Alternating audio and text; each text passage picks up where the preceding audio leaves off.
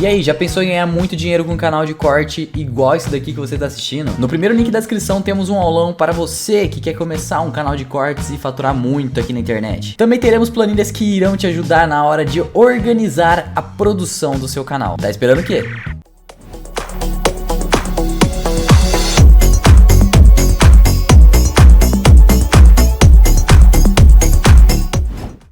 Finalmente consegui encontrar um comunista que fala abertamente sobre o comunismo, porque até então estava difícil. Agora, eu não sei se é recente a criação de canais comunistas, ou já acontecia antes, eu que não estava atento a isso. Eu acho que nos últimos 2, 3 anos teve um boom considerável, né? Porque eu acho que essas questões da nossa sociedade começaram a apertar cada vez mais as pessoas, e aí elas acabam tentando buscar explicações que possam resolver esses problemas, essas questões de forma sistemática, né? Então a gente vê que esse boom de canais socialistas, canais comunistas, teve essa expansão durante o processo. Já existiam alguns antes, né? Mas acho que essa expansão e essa consolidação veio durante a pandemia, né? Em que a gente viu que houve realmente fica escancarado, né, a forma como o governo liberal fascista do Bolsonaro vai lidar com a questão, né? Economicamente, sanitariamente. Então acho que as pessoas começaram a também sentir essa raiva, sentir essa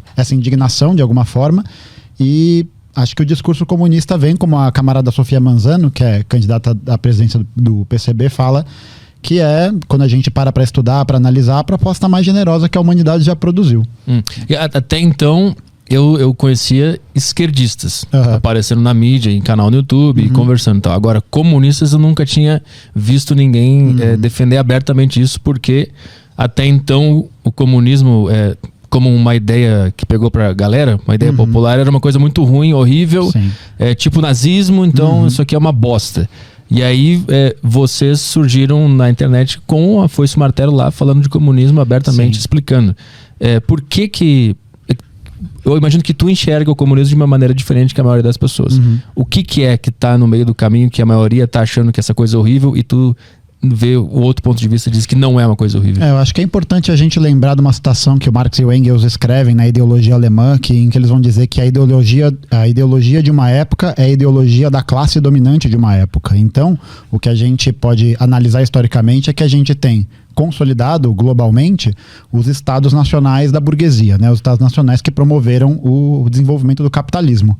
E aí a ideologia capitalista tem seus modos de funcionamento, né? Tem o seu modo de exploração do trabalho, de geração de lucro, de geração de desigualdade, de pobreza social, né? Falando na maioria das pessoas.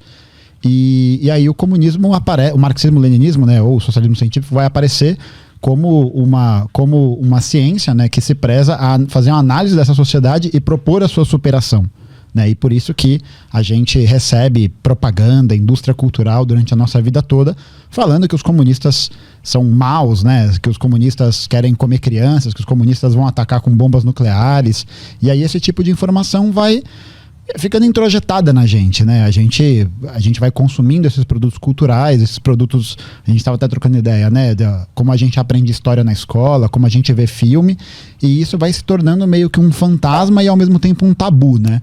Porque a cultura geral, entendendo que o comunismo é uma parada zoada, se alguém tem simpatia, alguém pergunta, você é comunista? Não sou comunista, sabe? Eu sou outra coisa, mas comunista eu não sou. Porque existe essa barreira, né? Existe essa fetichização de uma perspectiva de criar mesmo algo que não se fala. E aí eu acho que quando a gente traz essa perspectiva, meio que quebra esse tabu, tá ligado? Então, tipo, você é comunista? Sim. O que você quer saber? Sabe? E aí eu acho que isso mantém um canal aberto para que a gente possa dialogar com as pessoas e mostrar que, sei lá, 99% do que a gente aprende sobre isso é feito a partir de uma ótica de quem produz a cultura, né? Que é quem ganha com o capitalismo. Então, quem ganha com o capitalismo vai produzir uma cultura, um maquinário de propaganda, análises históricas que vão beneficiar essa linha de pensamento. Então, por isso que a gente tem essa dificuldade. Então, essa estigmatização do comunismo é produto de uma propaganda de quem não gosta do comunismo, que são os capitalistas. Acho que a gente está falando dos Estados Unidos, que divulgou essa propaganda durante anos, né? A gente pode falar centralmente dos Estados Unidos porque a gente lembra muito do papel deles na Guerra Fria, né? Mas é importante também salientar que não existem só empresários nos Estados Unidos. Existem empresários, existem, latifundiários, existem políticos que têm preocupação na manutenção desse sistema social globalmente, né? Então não é mais uma dominação que é feita a partir de um ponto e esse ponto meio que conquista todos os outros, né? A gente tem o imperialismo como um imperialismo dominante por parte dos Estados Unidos globalmente falando, mas o Brasil tem sua classe dominante, né? O Brasil tem seus empresários, a Argentina tem seus empresários, o Canadá tem seus empresários e todo lugar vai ter, né? Vai ter esse domínio que a burguesia desses locais exercem esse domínio político. Então é um elemento de produção cultural que sim, está na asa dos Estados Unidos, porque é a nação capitalista mais desenvolvida, porque é a nação capitalista que impôs a sua dominação, né? São mais de 800 bases militares dos Estados Unidos espalhadas pelo mundo inteiro. Então eles exercem essa dominação por via ideológica, via cultural, via bélica. E aí os grupos dominantes de outros estados, especialmente estados do terceiro mundo, fazem questão de manter essa ideologia como a dominante. Então a gente aprende essas coisas em diferentes perspectivas, né? Não diria perspectiva, mas com particularidades de cada local. Né? Quais são os principais pontos que esses caras conseguiram distorcer? Que a gente acredita em coisas que não são verdade do comunismo. Quais são esses pontos? Não, a gente precisa então de um pergaminho para fazer isso aqui, né? Mas dos mais conhecidos, aquela papo de genocídio, que ninguém mais vai trabalhar, vai todo mundo ser vagabundo. O que é o que também que mata todo mundo, né? O papo é que o papo principal é que existe primeiro essa categorização de quem está no capitalismo. Eu vou me dar de exemplo, tá? Eu sou um comunista de iPhone, por exemplo. E aí você vai falar, não, você é comunista, mas você quer ter uma propriedade, né? Você quer ter algum objeto, você ganha salário, né? Você é comunista, me dá sua casa. E é que os comunistas nunca defenderam que as pessoas fizessem voto de pobreza, né? Comunista não é a mesma coisa que franciscano, são duas coisas diferentes. O que a gente defende é que as pessoas possam ter vidas dignas. Tá ligado? A gente defende a ideia de que a classe trabalhadora ela produz a riqueza que existe no mundo, né? A gente não pode falar, por exemplo, de uma fábrica que vai funcionar sem seus trabalhadores. Então, quem está realizando esse processo de produção de riqueza, materialmente falando, é a classe trabalhadora e ela devia acessar bens de vida que pudessem dar dignidade para ela. Mas o que a gente vê na realidade não é isso. O que a gente vê na realidade é que a gigantesca maioria das pessoas passa a sua vida trabalhando pra caralho, né, fazendo muita coisa e vão viver de aluguel para sempre. Pra sempre. E tipo, é isso. Será que uma pessoa que vai trabalhar tudo isso, né, a vida inteira, e ela não pode ter uma casa, ela não pode porque ela não tem dinheiro para ter uma casa, tá ligado?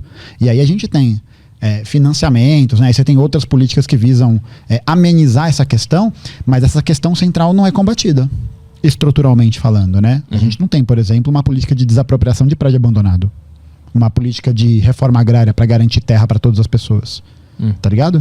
Aí tem isso, né? Essa perspectiva de que a gente é favorável à pobreza. A gente não é favorável à pobreza. A gente é favorável à perspectiva que as pessoas tenham vidas que elas não se fodam a vida inteira. É isso. Tem uma coisa que eu tava pensando esses dias, assistindo os canais de vocês e tal. Eu tava pensando assim, eu tava vendo aquele papo como é que é o objetivo do comunismo é que a classe trabalhadora, ela tome os meios de produção, né? Isso, exato. Aí eu fiquei pensando, por exemplo, vamos pegar a Ford lá antigamente, quando o cara teve a ideia de fazer o carro. Para a classe trabalhadora tomar esse meio de produção, ela precisa desse cara para ele ter essa ideia de criar o carro. Então, isso Como é que funciona isso? É que isso, na verdade, é parte de uma ideia meio que é construída muito em cima do gênio mítico, né? É isso de que uma pessoa sozinha descobriu uma coisa ou fez uma coisa absolutamente sozinha. A gente pode falar do Ford, pode falar do Steve Jobs, pode falar do Isaac Newton, a gente pode falar dessas pessoas todas, e isso é muito vendido pra gente, né? Como esses grandes gênios disruptivos que descobriram coisas a partir do nada e essas ideias revolucionam o mundo. Só que se esquece de colocar qual que é o contexto em que elas estão inseridas, né? Se esquece de falar, por exemplo, eu, né, Gustavo, comunista, tô aqui, E eu tô nesse programa porque foi sendo feita uma rede de contatos, foi sendo feita uma rede de relações sociais que me permitiram estar aqui. Então seria muito zoado da minha parte eu virar e falar, não, eu tô aqui porque eu consegui sozinho, né? Eu tive uma ideia brilhante, eu sou muito foda e agora eu tô aqui fazendo esse programa. E assim, e eu entendo que eu acho que o meu trabalho seja um trabalho de boa qualidade, mas eu não conseguiria ter o alcance, eu não conseguiria ter aprendido, eu não conseguiria realizar isso se não fossem também as outras pessoas junto comigo, tá ligado? Então, o que a gente vê o Henry Ford, por exemplo, não é bem o criador do carro, né? Mas é um cara que dizem que vai ter uma ideia ali e tal. Só que a questão é, pô, beleza, eu posso ter uma super ideia, né, de, sei lá, eu quero fazer um telefone que faz pipoca, sabe, faz café, qualquer porra assim. E aí a grande questão é, pô, eu posso ter essa ideia, mas como que eu vou executar essa ideia? E principalmente, quem vai executar essa ideia? Porque os trabalhadores vão ter acesso a esses produtos que eles estão, dessas grandes ideias que eles estão fazendo? Porque é isso, o Steve Jobs poderia ter tido uma ideia genial, e se ele tivesse tido uma ideia genial na garagem, ele só ia ser mais uma pessoa com uma ideia genial na garagem, tá ligado? Então, tipo, quem que fabrica o telefone? Quem que torna essa ideia material? É isso que conta, né? Sim. Tornar ela realidade. Mas ao mesmo tempo, essa ideia que o trabalhador tá botando em prática só existe porque esse cara pensou. Então, é que é isso. Não é que esse cara pensou sozinho. Por exemplo, sei lá, o Henry Ford, ele foi o engenheiro sozinho do projetamento do carro? Não. O Steve Jobs projetou sozinho o iPhone? Todas as pontes? Sabe? Todas as ligações? Não. Sabe? Isso mostra, e assim, a gente não precisa nem ir fundo, né, na biografia. A gente vê os filmes do Steve Jobs, que é um péssimo exemplo para um historiador falar, mas para mostrar que tinha lá o Steve Wozniak, tinha uma outra galera, todos os engenheiros, os designers, todo mundo que trabalhava naquele lugar, que fazia aquilo lá acontecer, para tornar a ideia do cara materializável, tá ligado? E aí o que se defende, né, por exemplo, com relação a essas ideias é que qualquer avanço da tecnologia é um negócio que tem que ser usado para a humanidade, porque isso vai melhorar a vida da humanidade, entendeu? Então, por exemplo, um laboratório que tem o controle e fez uma vacina contra a Covid. E aí, vacina contra a Covid é um negócio importante, né? Para as pessoas não morrerem. É um negócio que, humanamente... Aí, é claro, né? Vai ter gente que vai falar que não, que humanamente não precisa. Aí é um caso meio perdido, assim, mas a gente pensa, pô, a humanidade deveria acessar isso porque isso é importante para que a humanidade possa sobreviver. E aí os laboratórios vão lá e fecham a patente para que eles possam lucrar em cima da venda daquilo. O que a gente questiona é justamente isso. Será que uma tecnologia que está sendo desenvolvida também por trabalhadores em outras escalas, né? Em outros ramos, em outras categorias, deve ser uma ideia que vai melhorar a nossa vida, mas ela deve se tornar uma mercadoria para gerar enriquecimento pessoal de alguém? Eu acho que essa é a questão. Gostou desse corte? Se gostou, dê o seu like. Se você ainda não é inscrito no canal, inscreva-se. Aproveite para compartilhar esse e outros vídeos do canal, pois assim nos ajuda a trazer mais e mais vídeos. Contamos com você!